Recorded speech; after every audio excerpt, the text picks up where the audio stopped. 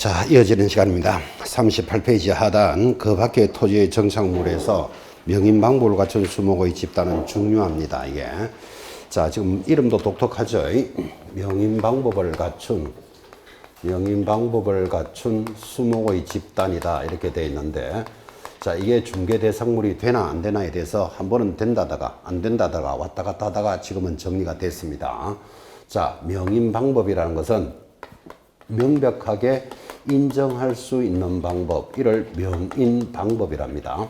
명백하게 인정할 수 있는 방법. 판례가 이렇게 제시를 합니다. 여기 야산에 나무들이 이렇게 있습니다. 수목의 집단들이 있는데, 여러분 잘 알다시피 나무도 한 그루에 수천만 원짜리가 있다는 건 이해하십니까? 자, 이렇게 가치 있는 나무들이 있는데, 이 수목의 집단이 소유자, 나무 주인은 알겠죠. 여기서부터 이까지가 내 거요 이럽니다. 저기서부터 저까지는 내 거요 하면 주인은 알겠지만 일반인들은 잘 안다 모른다. 잘 모르잖아, 그죠? 그래서 우리 판례가 명백하게 인정할 수 있는 방법, 울타리를 탁 치고 거기다가 내 거라고 명패를 붙여야 한다. 그러면 누구라도 누구 거다라는 건 알 수 있죠. 울타리를 치우기만 하면 된다 하면 X예요. 울타리를 치고 뭐 해야 된다? 명패를 딱 깔았다 걸어놔야 돼. 자, 그러면 이렇게 명인방법을 갖추면 무슨 효과가 있다? 등기된 효과가 있어요. 그러니까 이거 이제 중개대상물이 되나 안 되나 지금 이야기를 하는데, 된다 안 된다 하다가 지금은 중개대상물이 뭐 된다 딱 정리하셔야 됩니다. 그런데 중요한 것은 명인방법을 갖춘 수목의 집단은 중개대상물이 되지만 등기가 돼 있는 건 아니잖아, 그죠? 그래서 저당권은 설정할 수가 없다를 주의하셔야 돼요. 이제 이게 저당권이 설정되는 것들이 지금부터 나오기 때문에 이걸 딱 잡아놓고 가는 거예요. 자, 교재 봅시다. 38페이지 하단에 1번의 기억. 명인방법을 갖춘 수목의 집단 또는 수목의 집단은 수목이나 수목의 집단이니까 나무 한 그루든 집단이든 이 말이죠. 이것은 토지와 독립성이 인정되어 판례에 의해서 줄 것입니까? 중개대상물로 인정되고 있다. 중개대상물이 된다는 걸 지금 정리 끝냈다고요. 그런데 명인방법을 갖추지 않은 수목의 집단은 중개대상물이 아니다. 동의하시겠습니까? 그리고 바로 이어지는 동그라미 니은. 중개대상물인 임목에 관한 법률상 임목은 저당권의 목적이 될 수 있다. 거기 줄 것입시오. 임목은 저당권의 목적이 될 수 있다. 줄 거 놓고 점에서 명인방법을 갖춘 수목의 집단과는 구별하겠다 해서 필기까지 딱 했고 내용을 읽어드렸습니다. 그 밑에 있는 내용들은 시험하고는 크게 관련 없습니다. 자, 드디어 이제 39페이지 토지 건물이라는 법률로서 정하는 물건들이 그래도 중요하다면 이제 대통령령으로 정하는 물건이 출발을 합니다. 3번 임목에 관한 법률에 따라 임목 찾았습니까? 임목의 동그라미. 거기 옆에 보면 17회 20회 때 기출되었다 이렇게 되어 있잖아 봐요, 그죠? 그러니까 10년 만에 지금 나올 때가 돼간다 이렇게 이야기한 거예요. 하나 더 넘겨서 교재 40페이지 하단 제일 밑에 공장 및 광업재단 저당법에 따른 공장재단 찾았습니까? 제목의 동그라미 공장재단. 그리고 하나 넘기시면 42페이지 5번에 광업재단 찾았나요? 광업재단 동그라미. 그래서 이제 세 가지 물건이 출발을 했고, 자, 임목에 관한 법률에 따라 임목이 중개대상물이 되는데, 임목은 서 있는 나무를 임목이랍니다. 여러분 나무가 서 있지 누워 있는 것도 있습니까? 누워 있는 거 벌채하면 누워 있죠. 벌채하면 쉽게 이동하기 때문에 동산입니다. 동산. 서 있는 나무가 중개대상물입니다. 그리고 동그라미 했지만 광업재단, 공장재단이 중개대상물인데 이를 토, 건, 입, 광, 공 하고 아까 제목을 기억하셨죠? 자, 이 세 가지 물건에서 시험에 나올 때가 까칠하다 그랬잖아, 그죠? 근데 아무리 까칠해도 딱 물을 수 있는 게 정해져 있습니다. 이 세 가지 물건에 대해서 공통점을 지금 여러분이 알고 있습니다. 이 세 가지 물건의 공통점이 뭐지요? 준부동산이다. 공부하신 거 기억납니까? 부동산은 아니지만 부동산으로 봐준다 그런 뜻이에요. 자, 준부동산이 뭐라고요? 부동산은 아니지만 부동산으로 봐준다고요. 그럼 부동산은 아니지만 이 말은 동산이지만 이 말이잖아, 그죠? 그래서 동산이지만 부동산으로 인정을 해준다. 그건 동산운이 부동산 인정해 준다는 말은 이것이 소유권 보존 등기가 되어 있다 이 말이에요. 등기가 되어 있는 것을 부동산이라고 봐준다는 뜻이에요. 자, 이거를 또 수업하려면 이래야 돼. 부동산과 동산의 차이가 뭡니까? 또 이걸 물어봐야 되는데, 여러분들은 부동산을 공부하고 계시는데, 부동산과 동산의 차이가 뭘까요? 초등학생한테 물었다면, 초등학생은 움직이는 것 동산, 못 움직이면 부동산. 이거는 초등학교 수준이죠. 근데 당연하게 틀린 말은 아닙니다, 그게. 아까 볼펜을 이야기했는데, 볼펜은 동산이다, 부동산이다. 당연히 볼펜은 쉽게 이동할 수 있으니까 동산이잖아, 그죠? 그래서 동산에 관한 점유권 이런 거는 중개할 수 없다 이렇게 공부했는데, 초등학생한테 물으면 동산은 움직이는 것, 부동산은 움직일 수 없는 것 그렇게 말하면 되는데, 이제 법을 공부한 사람은 이렇게 말합니다. 아까 볼펜이 동산인데 볼펜이 내 거다 라는 건 등기해야 됩니까? 점유합니까? 동산은 점유하는 거예요. 여러분, 아파트는 부동산이다 이 정도는 압니까? 아파트는 내가 살면은 내 겁니까? 등기돼 있어야 됩니까? 부동산은 등기한다고. 그래서 법을 배운 사람들이 이렇게 말하는 거예요. 동산은 점유로서 공시하고 부동산은 등기함으로써 공시하니까 지금 이 물건들은 동산인데도 부동산으로 봐준다 그랬잖아, 그죠? 그러니까 이것들은 뭐가 돼 있다? 등기가 돼 있다니까요. 요거 첫 번째 공통점이라고. 준부동산 하면 등기돼 있다. 그때 처음 하는 등기를 뭐라 그럽니까? 보존 등기라 합니다. 그래서 보존 등기 하면 자동으로 소유권이에요. 소유권이 들어야 다른 권리가 들어올 수 있다 그랬잖아, 지금, 그죠?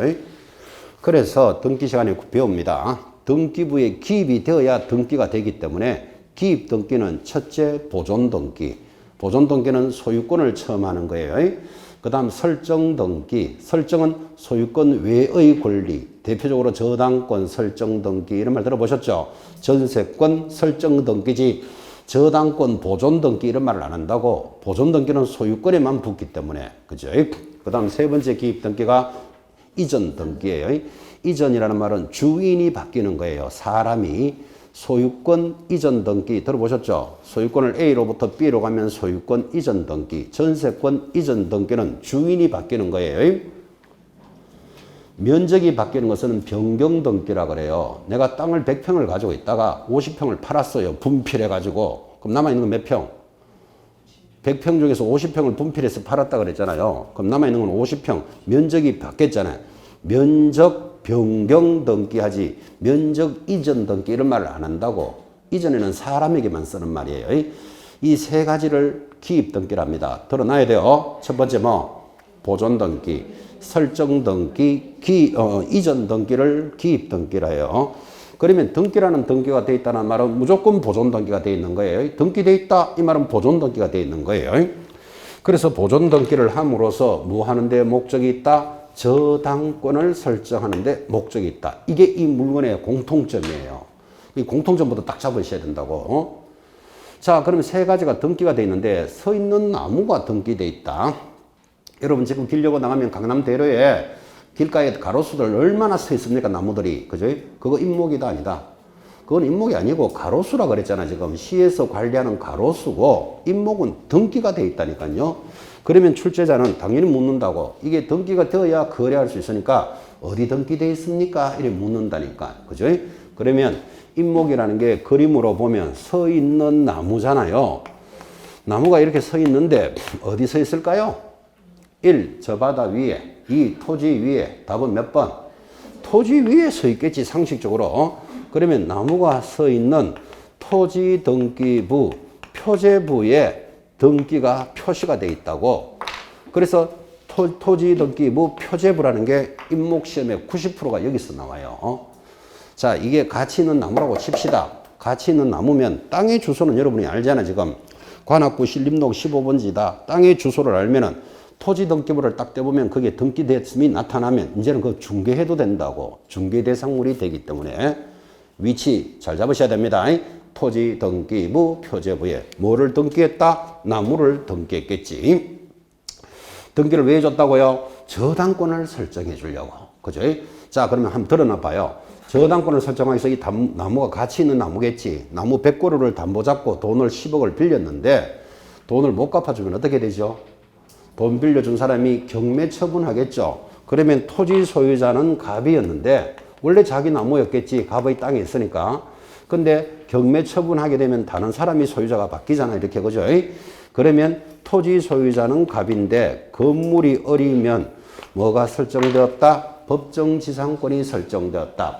임목에 따라 법정지상권이 설정된다. 그 말이 나온다고. 돈을 못 갚아주면 이해하겠죠? 자, 그 다음에 저당을 설정하는데 여러분 저당을 할 때 담보물은 무생물, 생물이 아닌 것만 담보해 주는 거예요. 생물이라는 게 살아있는 물건이잖아. 그죠? 여러분 나무는 살아있다는 건 이해하시죠? 지금 은행에서 돈을 빌려줄 때 담보를 잡는데 뭐를 제일 많이 담보 잡습니까? 아파트 아니면 토지 이런 걸 담보 잡잖아. 그죠? 아파트 키가 막 큰다 안 큰다? 안 크잖아. 무생물이잖아. 땅도 무생물에만 담보를 잡는 거예요. 그런데 나무는 이게 봄에 다 말라 죽을지 불에 타 죽을지 알 수가 없잖아. 내가 돈을 빌려놓고 담보가 됐는데 그게 만약에 산불이 나서 다 타 죽어버렸다. 그러면 그 담보물이 없어지면 돈을 못 받게 된다니까요. 그래서 이 생물인 저당권을 설정할 때는 반드시 뭐에 가입해야 된다? 보험에 가입해야 된다는 말이 나온다고. 그래서 물건이 잘못되면 보험회사가 책임질게. 그럴 때만 여러분도 돈 빌려줄 수 있다고. 보험회사가 책임져 준다는데. 그죠? 그래서 임목에 저당권을 설정할 때는 보험에 가입해야 된다라는 말이 나오면 맞다. 이렇게 기억하시라고. 이게 생물이기 때문에 그래요. 교재에 있습니다.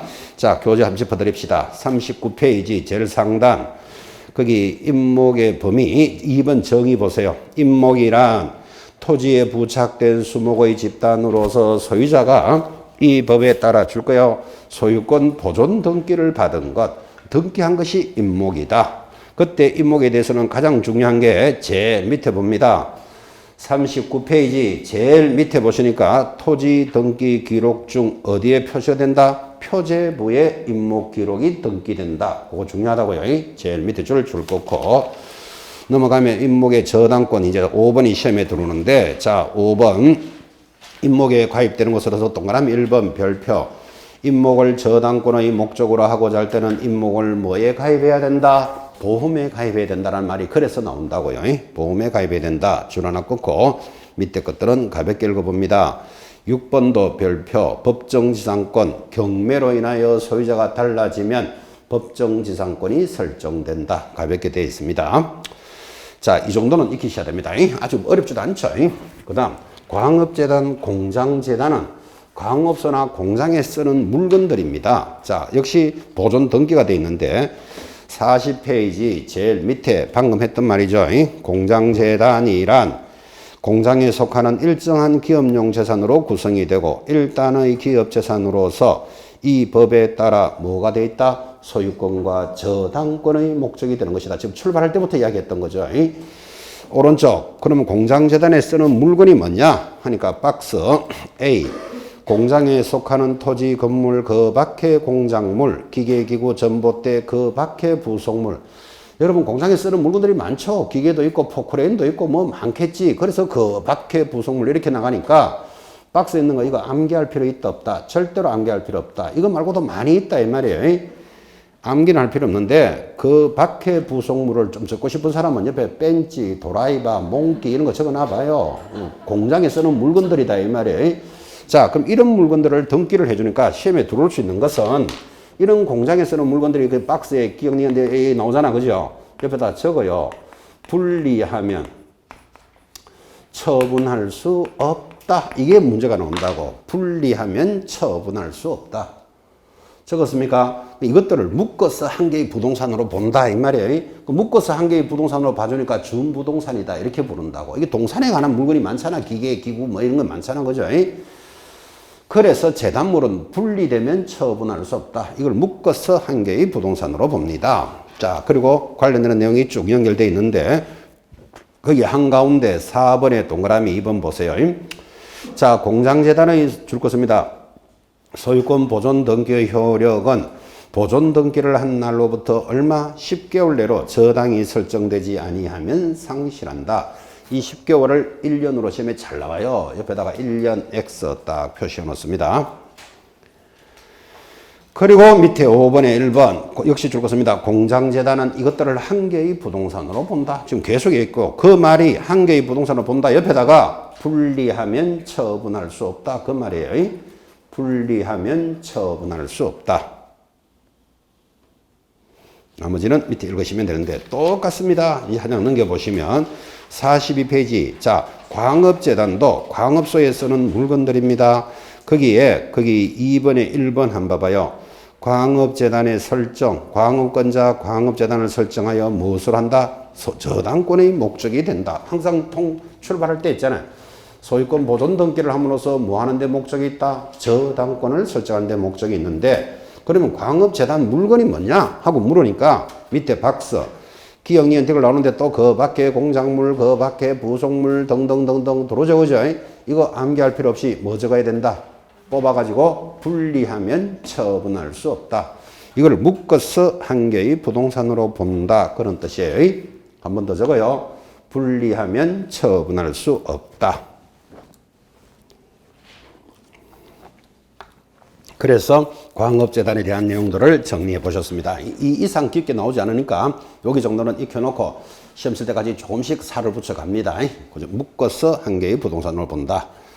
오른쪽 43페이지 중개대상물의 여부, 지금까지 다 수업했으니까 가볍게 읽어보시고, 자 45페이지 하단에 보면 그것도 못 믿어서 표로 또 만들어 놨어요.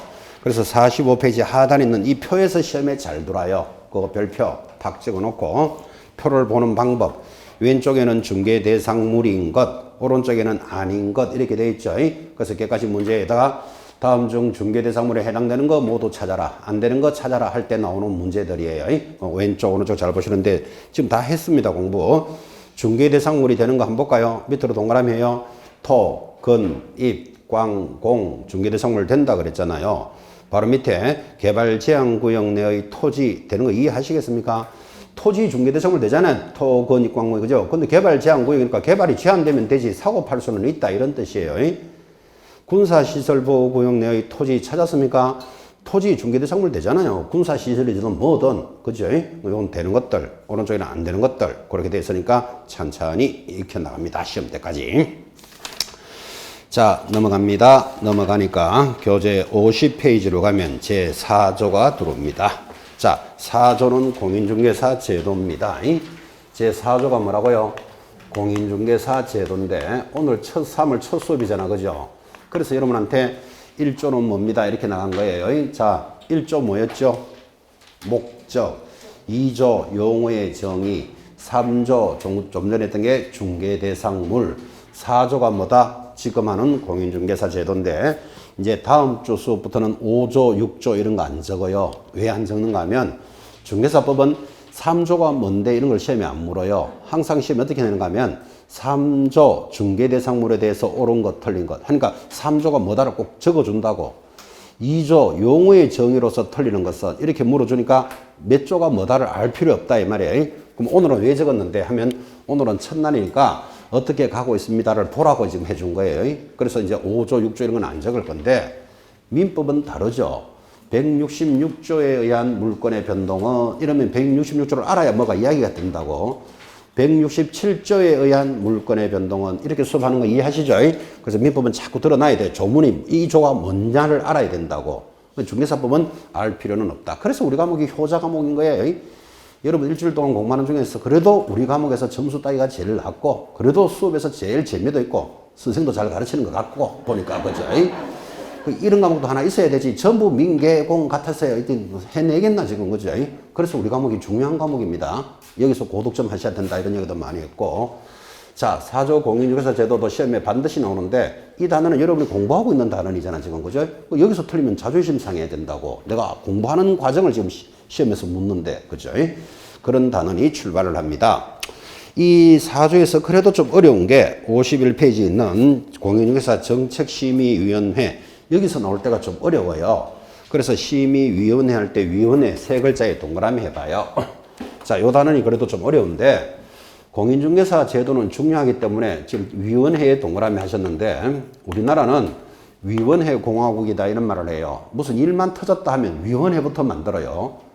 코로나가 막 돌고 있으면 코로나 대책위원회 이런 거 있는 거 아시죠? 대책위원회가 있듯이 공인중개사에 대해서도 중요한 제도를 위원회가 구성이 되어 있다고. 공인중개사를 심의하기 때문에 요 단원이 좀 어려운데, 자, 첫째 줄에 동그라미 1번입니다. 공인중개사 업무에 관한 사항을 심의하기 위하여 국토교통부에 동그라미 공인중개사 심의위원회를 둘 수 있다에 줄 것입니다. 둘 수 있다에 옆에 두어야 한다 하면 X예요. 둘 수 있다. 니은 심의상 왕별을 하나 탁 그리셔야 돼요. 제일 중요한 게 심의하는 게 4가지예요. 그러니까 여러분이 출제자라도 문제 묻고 싶지 않나요? 5개 떡 던져놓고 1개. 다음 중 심의사항이 아닌 것은 이렇게 물어 들어온다 이 말이에요. 자, 심의하는 거 1번 뭐 자격 취득에 관한 사항을 심의합니다. 자격 취득 밑줄. 2. 중개업의 육성 밑줄. 3번 손해배상 책임 밑줄.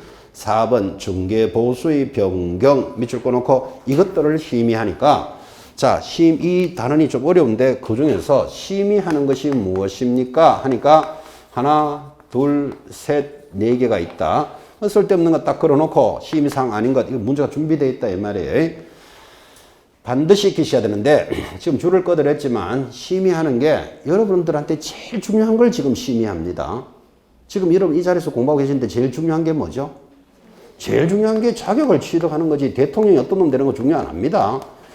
여러분은 자격을 취득하는 것 때문에 지금 이 자리에 계시잖아요. 그죠? 자격을 취득해야 중개업을 할 수 있고 중개업을 해야 중개보수를 받습니다. 보수를 받고 일하다가 손해를 입히면 손해배상 책임을 여기서 심의하니까 이거를 암기할 때는 나에게 가장 중요한 거다 이렇게 딱 접근해야 되지. 이거를 어떤 분은 중요합니다 그러니까 자, 중, 보, 손을 심의합니다 이렇게 기억하는 건 좋은데 자가 뭐죠? 하니까 몰라요 이러면 이거 날 새는 거예요 지금. 그죠? 그래 이거는 스토리로 딱 기억해야 돼. 심의하는 4가지가 중요한데 여러분 현재 입장에서 제일 중요한 걸 심의합니다. 뭐가 중요하죠? 자격을 취득해야 중개업을 할 수 있고 중개업을 해야 중개보수를 받습니다. 보수를 받고 일하다가 손해를 입히면 손해배상 책임을 여기서 심의한다. 스토리로 딱 기억하실 것. 이게 얼마나 중요한가 하면 손해배상도 이렇잖아요. 지금 법인은 2억 가입하고 공인사는 1억을 가입하는데 요즘 아파트 가격이 2배나 올랐다는 거 아시죠? 한 10억쯤 하는 아파트에 공인중개사 1억만 가입하고 영업해서 손해를 물어준다는 건 너무나 약하다니까 이게. 그죠? 그래서 올해부터는 법인은 10억 가입하고 공인중개사 5억 가입하세요. 이런 걸 여기서 결정하겠다 이 말이에요 지금. 그래서 손해배상 책임이라는 게 얼마나 중요하게 다가온다는 걸 여러분한테 느끼셔야 돼요. 자, 그래서 심의사항 4가지는 스토리로 기억합니다. 어떻게 합니까? 자격을 취득해야 중개업을 할 수 있고 중개업을 해야 보수를 받습니다. 보수를 받고 일하다가 손해를 입히면 손해배상 책임을 심의한다. 한 장 넘어가서 52페이지 또 중요한 게 따라옵니다. 3번에 1번 두째 줄에 줄 것입니다. 자격 취득에 관한 사항은 시도지사는 따라야 한다. 체크했습니까? 그래서 자격 취득하는 게 중요하기 때문에 반드시 자격 취득에 관한 것은 시도지사는 따라야 한다라고 지금 돼 있는데 시험에서는 보수를 변경하면 시도지사가 따라야 한다 이렇게 시험이 나온다 이 말이에요 지금. 그래서 자격 취득에 관한 것은 시도지사는 따라야 한다. 자, 그럼 이제 여기서 이제 심의하는 게 뭐냐 하면서 구성을 하는데, 자, 첫째 줄. 위원회는 위원장 1인을 포함하여, 일단 포함해 동그라미 7에서 11명으로 구성을 합니다. 지금 들을 때는 편안하게 듣는데, 그죠? 시험에서 7에서 15명, 이런 거 넣으면 장난 아닙니다, 이게. 공부가 된 사람일수록 더 꼬인다고, 이게. 그래서 아예 이렇게 기억해요. 7에서 11명이니까 7월 11일 이렇게 기억해요. 그래서 숫자를 딱 고정시켜놔. 그죠? 7에서 11명으로 구성하고 내려가면 위원장은 누가 됩니까? 국토교통부 제1차관이 됩니다. 국토교통부 제1차관의 동그라미 뭐라고 내고 싶습니까? 위원장은 국토장관이 되고 하면 틀려요. 국토장관 X 표시합니다. 내려가면 위원은 다음 전문가들로서 구성을 하는데 누가 임명할까요? 국토장관이 임명한다. 거기 동그라미 국토장관이 임명하는데 밑에 1, 2, 3, 4, 5, 6, 7 박스 보면 뭐 대학 교수, 4급 이상 공무원 이런 전문가들로서 구성하겠다. 그건 참고로 보시면 되고 오른쪽으로 올라가서 이런 위원들의 임기는 몇 년? 2년으로 합니다. 2년 정도의 동그라미. 자, 그러면 이제 큰 거는 했고, 밑에 거는 가볍게 보시되, 한 장 넘기시면, 교재 54페이지, 4번 제목에 줄 거예요. 큰 4번. 위원의 재척 깊이 회피라는 말 찾았습니까? 자, 여기가 까칠한데, 위원의 재척 회피 깊이라는 말은 이거예요. 주목해 봅니다. 제가 재판장이라고 칩시다. 판사. 재판장인데 두 사람이 재판을 하는데 한쪽이 판사하고 부부 관계예요. 그러면 그거 재판하면 된다, 안 된다? 안 된다는 느낌 오죠? 자기들 유리하게 할 수 있잖아. 그죠? 그래서 위원들이 이해관계가 있는 자는 재척, 니는 빠져라. 이게 재척이에요. 회피, 나는 못하겠다. 빠져라. 깊이, 빼라. 다 같은 말이에요, 이거. 재척, 깊이, 회피라는 단어인데, 자, 다음에 해당되면 재척, 깊이, 회피해라 그랬어요. 박스, 동그라미 1번만 보시면, 위원 또는 줄것입니다. 배우자였던 사람, 거기 줄 거고, 배우자였던 사람이면 하면 안 된다. 이런 뜻이에요. 이해관계가 있으니까. 자, 그러면 이제 그게 시험에 나오는 게 아니고, 이렇게 재척, 깊이, 회피하라고 제목에 줄을 껐는데, 그 사람이 안 나가고 계속 앉아서 손 돌려고 하고 있어요. 심의하려고. 자기한테 유리하게.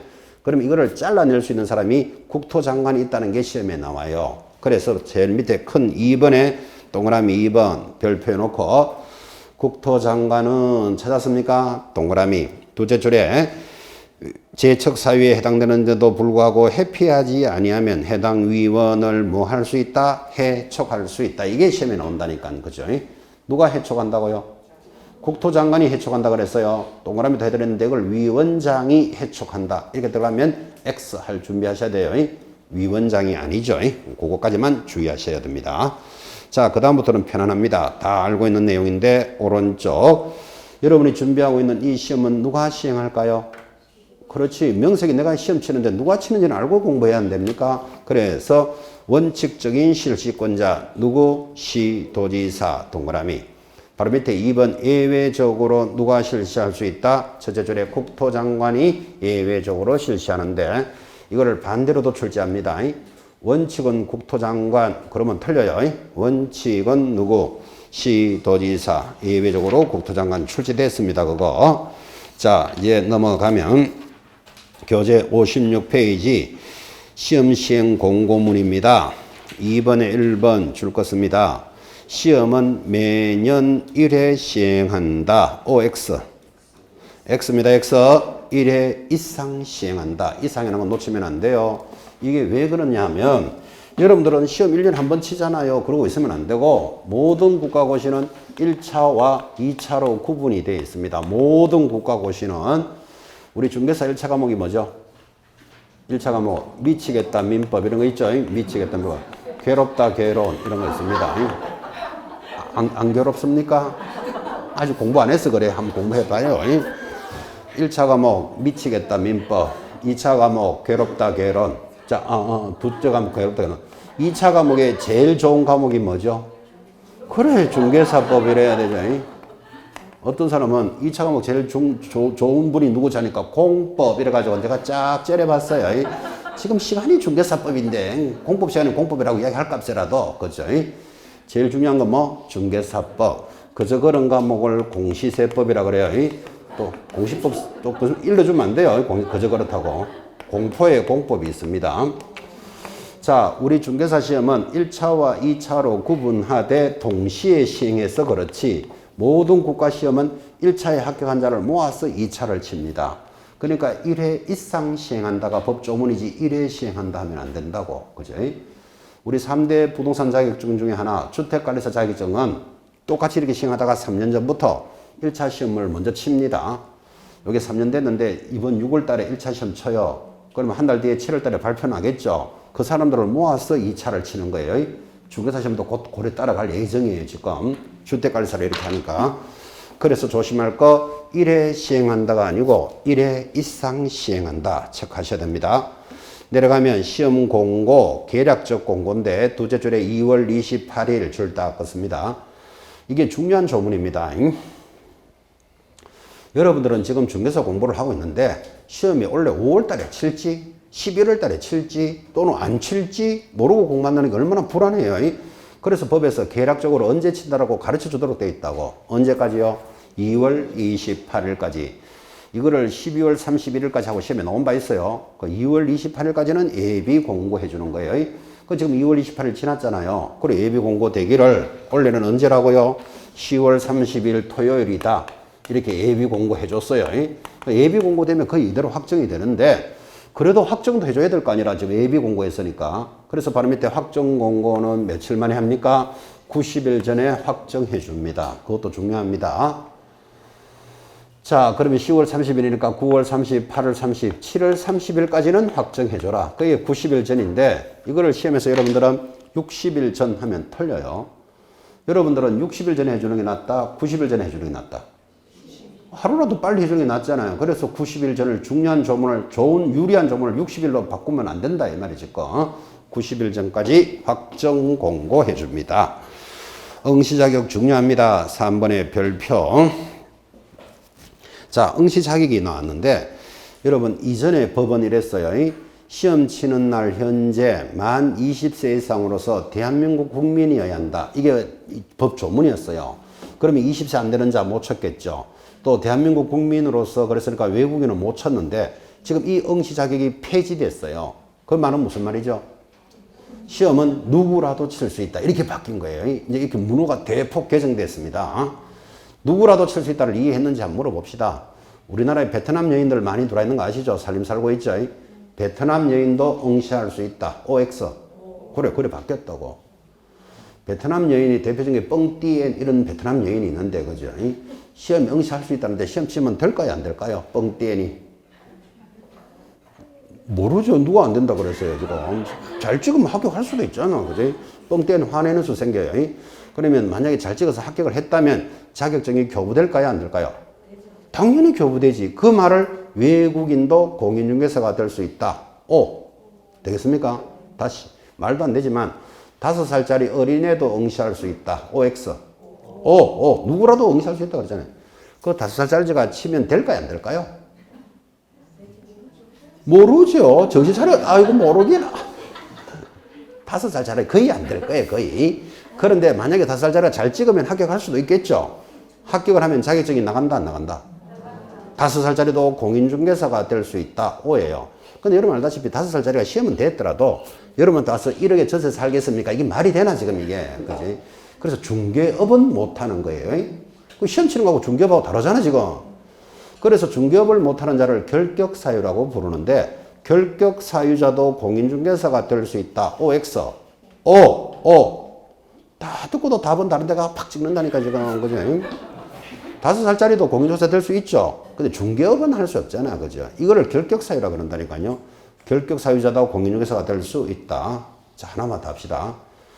미세먼지 불 때마다 입 벌리고 1시간씩 웃는 자 있습니다. 입 벌리고 웃습니다. 그것도. 그 다음 하루 종일 입 벌리고 웃는 자도 있습니다. 이걸 피한정호견인, 피성년호견인, 살짝 가거나 영 갖는 사람인데 공인중개사가 될 수 있다. OX. 그래요. 누구라도 된다고 그랬잖아. 그죠? 근데 그런 사람이 중개업은 못하겠죠. 그죠? 그래서 결격사유자도 공인중개사 될 수 있는 거 지금 이 정도로 이야기를 설명해 놨습니다. 듣기는 잘 알아들어 놓고 찍기는 답은 다른 데가 찍어요. 또 안 된다 이런 데가 팍 찍는데 뻥띠엔도 된다 그랬는데 지금. 그치? 됐죠? 그래서 응시 자격은 어떻게 된다? 누구라도 응시할 수 있다. 누구라도 공인중개사 될 수 있습니다. 자, 그런데 이제 안 되는 사람이 있으니까 이게 중요한 거예요. 못 치는 사람 2사람. 자, 동그라미 1번, 3번에 들어오면 자격이 취소된 자 몇 년? 3년 동안 응시할 수 없다. 그 이제 이게 중요한 사람이에요. 뭐를 위반해서 자격증이 취소됐는데 내일부터 해라. 그럴 수는 없는 거잖아, 지금 이게. 그죠? 취소된 자 몇 년? 3년 동안 응시 못 합니다. 올라갔어. 오른쪽. 부정행위자. 시험에서 부정행위하는 자는 몇 년? 5년간 응시할 수 없다. 부정행위자입니다. 이 두 사람이 너무너무 시험에서 귀하니까 잘 봐놔요. 그리고 내일부터 만약에 안 나오는 사람은 여기 둘 중에 하나예요. 부정행위가 걸렸거나 아니면 취소돼가지고 3년 안 된 자는 공부 하나만 하예요. 응시를 못한다. 응시 원서 내려갑니다. 자, 자격을 알았으면 이제 원서를 내는데 원서 내는 건 여러분 당연히 아는 거고 원서 낼 때마다 수수료를 내잖아요. 모든 시험에는. 그러면 어떤 자격시험이든 여러분 취업시험에 원서를 냈다가 응시하지 않으면 반환하지 않습니다. 이렇게 돼 있어. 근데 우리 중개사 시험은 반환해줘요. 그래서 이게 또 중요한 표현이에요. 자, 응시수수료에 반환 제일 밑에 찾았습니까? 전부 또는 일부를 반환해 주는데 한 장 넘기시면 상단의 기억, 수수료를 과오납하면 과오납에 줄 긋고 전부를 돌려줍니다. 이해하시겠죠? 잘못 냈는 건 다 돌려준다. 과오납. 니은 시험 시행 기관의 귀책 사유 거기 줄 거 놓고 시험 시행 기관이 잘못했다. 다 돌려줍니다. 전부. 3번 응시 접수 기간 내 해놓고 처리하면 전부 돌려줍니다. 전부. 이제 그 리얼 미음이 중요해요. 두 개 묶어 놓고 접수 마감일로부터 7일 이내 줄 거 놓고 밑에 얼마? 60% 돌려줍니다. 미음 그 다음 날부터 7일을 경과한 날로부터 동그라미에 시험 시행일 10일 전 동그라미 시험 시행일 10일 전까지는 밑에 얼마 돌려준다? 50%를 반환해 주는데 이것도 그림으로 보면 여러분 좀 더 편하겠죠?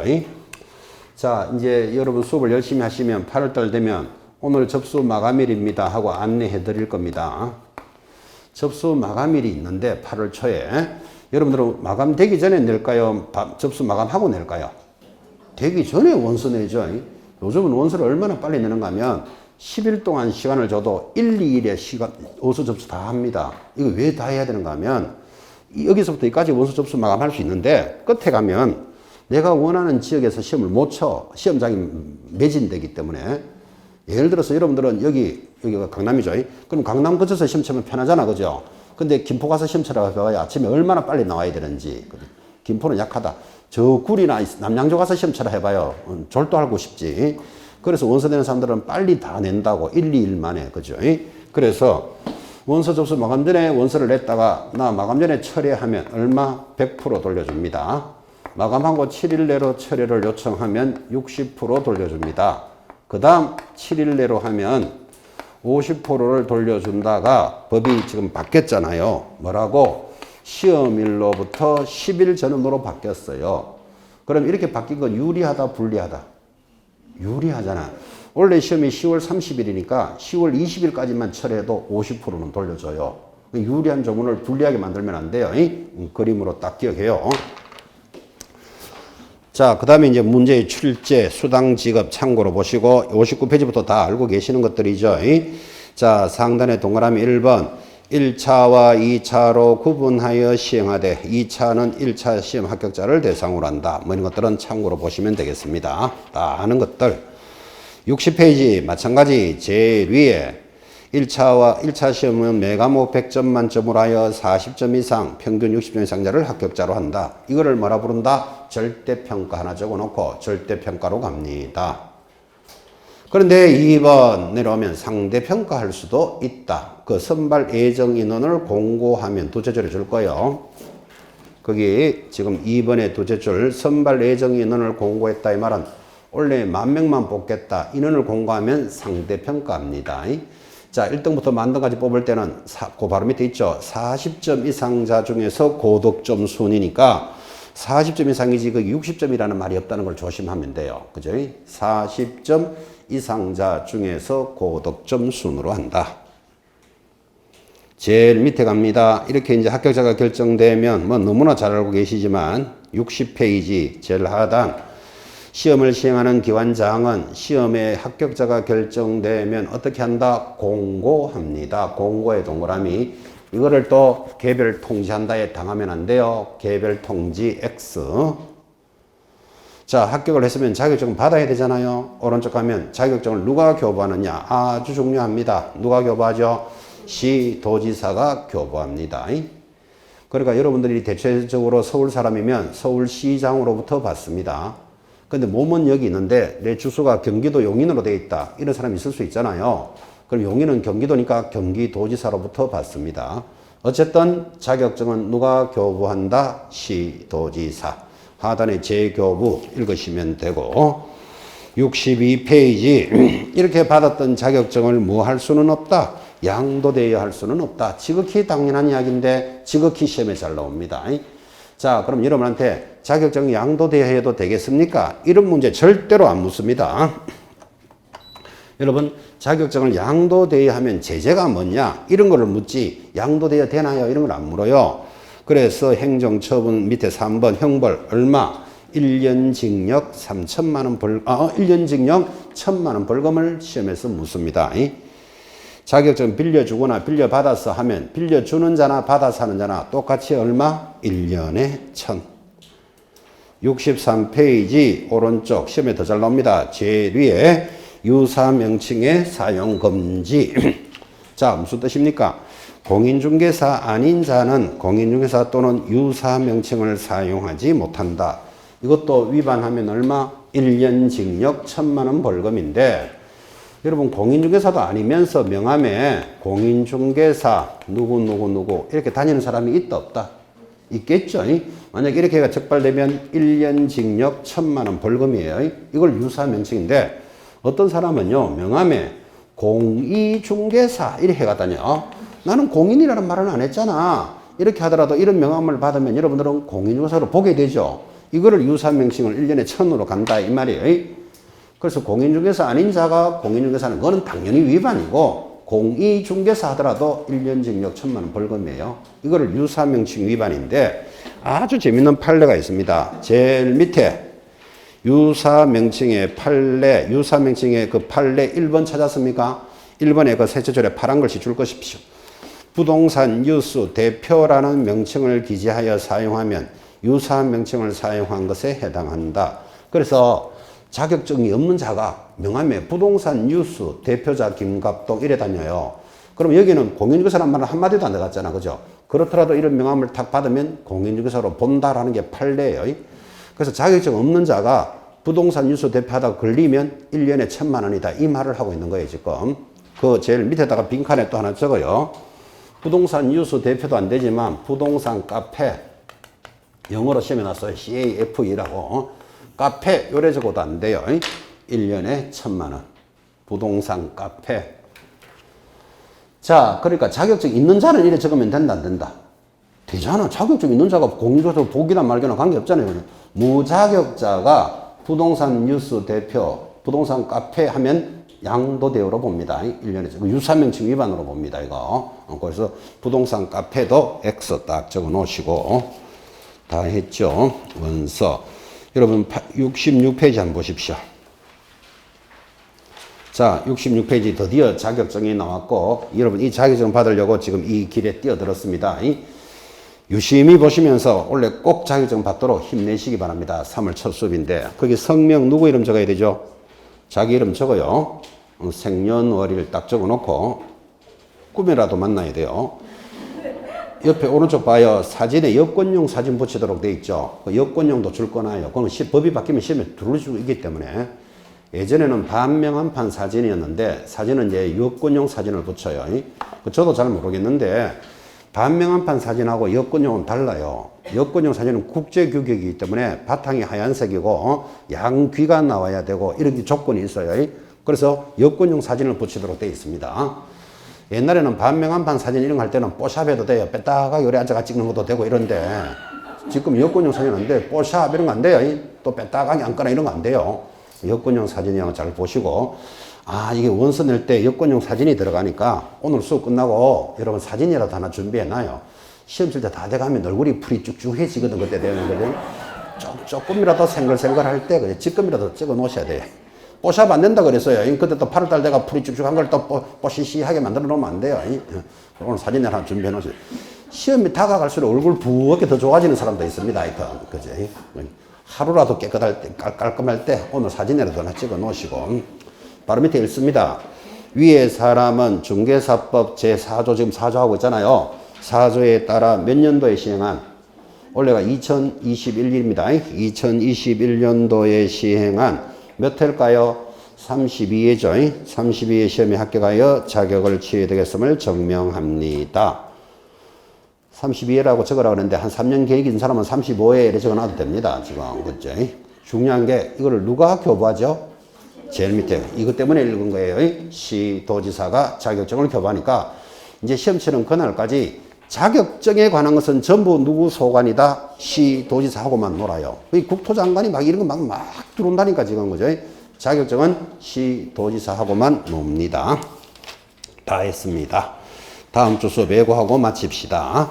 자, 다음 주 수업 예고가 70페이지로 가시면 제목이 뭐라고 되어 있습니까? 70페이지 사무소 개설 등록하고 들어오죠. 이제 이 단원이 오리지널 본론입니다. 왜 그런가 하면 지금 여러분들이 자격증을 취득하는 이유가 뭐다? 언젠가는 중개업을 하려고 하는 거잖아. 그죠?